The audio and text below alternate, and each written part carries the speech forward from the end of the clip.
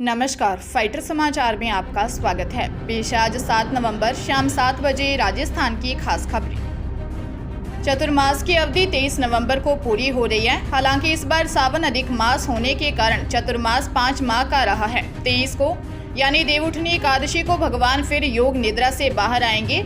इस माह 23 से 30 नवंबर तक यानी 8 दिन में विवाह के 4 शुभ मुहूर्त हैं। इनमें 23 नवंबर को देवउठनी एकादशी को स्वयं सिद्ध अबुझ सावा रहेगा। वहीं 27, 28 व 29 नवंबर को विवाह के अच्छे मुहूर्त हैं। वहीं साल के अंतिम माह दिसंबर में श्रेष्ठ 3 सावे रहेंगे। ज्योतिषियों ने बताया कि इस साल 15 दिसंबर को विवाह के लिए आखिरी सावा है। इसके बाद फिर 16 दिसंबर से धनु मलमास लग जाएगा। यह मलमास अगले साल 13 जनवरी 2024 तक रहेगा और मकर संक्रांति के दिन हट जाएगा। इसके बाद पुण्य शुभ कार्यों का शुभारंभ हो जाएगा।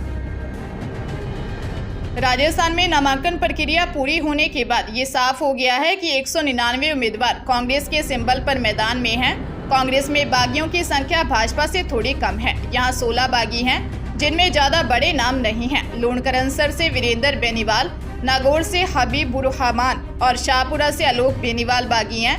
वहीं सूरसागर से रामेश्वर दादिच, जो कि पूर्व में जोधपुर के मेयर रह चुके हैं। जो लोग मारवाड़ की राजनीति को समझते हैं वह रामेश्वर दादिच से वाकिफ होंगे। 4 दशकों से मुख्यमंत्री गहलोत के करीबी और विश्वास पात्र रामेश्वर दादिच को इस बार उम्मीद थी कि अयूब खान को आरपीएससी मेंबर बनाने के बाद उन्हें सूरसागर से टिकट मिल जाएगा, लेकिन ऐसा नहीं हुआ और अब दादिच बागी हो गए हैं। जहां बाकी लोगों को पार्टियां या नेता मनाएंगे, वही रामेश्वर दादिच को मनाने की जिम्मेदारी खुद मुख्यमंत्री अशोक गहलोत की रहेगी।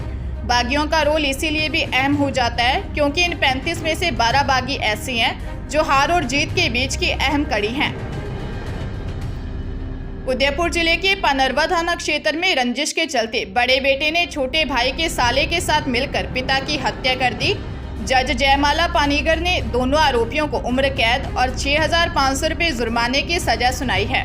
प्रकरण के अनुसार पनरवा निवासी बद्रीलाल ने 26 मार्च 2021 का दर्ज रिपोर्ट में बताया कि उसके पिता प्रभुलाल अंबावी से पैदल घर जा रहे थे। रास्ते में उसके बड़े भाई लोकेश खराड़ी व मांडवा निवासी साला भूरीलाल ने पिता से मारपीट की। पिता के चीखने की आवाज सुनकर मुकेश और अर्जुन मौके पर पहुंचे, जिन्हें देखकर दोनों आरोपी फरार हो गए। पिता को तुरंत हॉस्पिटल ले गए, जहां इलाज के दौरान उनकी मौत हो गई।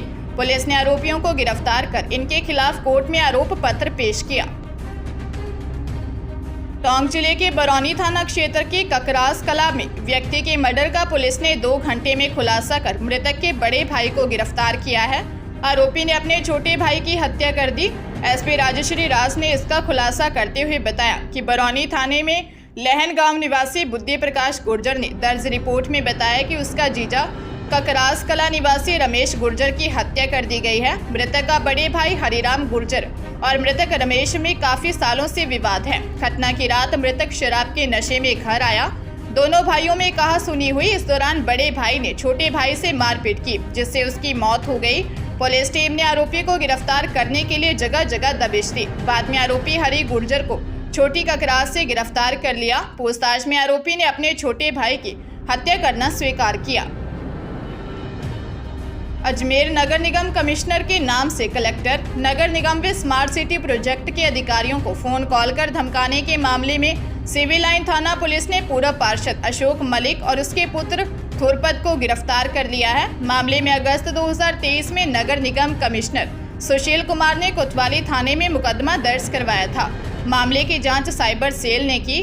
मामले का एक पहलू यह भी है कि आरोपी पूर्व पार्षद मलिक लंबे समय से एनजीटी के समक्ष जनहित के मामले उठा रहे हैं। मलिक ने कोटा चंबल फ्रंट, जयपुर का कचरा निस्तारण, आना सागर वेटलैंड उल्लंघन जैसे कई बड़े मामलों में याचिका एनजीटी में दायर की थी।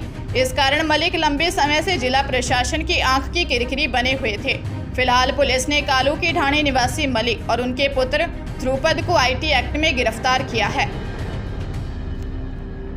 राजधानी जयपुर के वैशाली नगर इलाके में एक व्यक्ति को कैब कंपनी से सस्ती कारें दिलाने का झांसा देकर 15,50,000 रुपये की ठगी करने का मामला सामने आया है। पीड़ित राजेश खंडूजा ने वैशाली नगर थाने में रिपोर्ट दर्ज करवाई कि वह इलाज करवाने के लिए गुड़गांव गए थे, जहां उनको रिंकू नाम का व्यक्ति मिला, जिसने खुद को कैब कंपनी का पार्टनर बताया और कंपनी द्वारा सस्ती कारें बेचने की बात कही। उसके बाद सचिन नाम के व्यक्ति ने संपर्क किया और कंपनी से 170 कारें सस्ते भावों में दिलाने का झांसा दिया।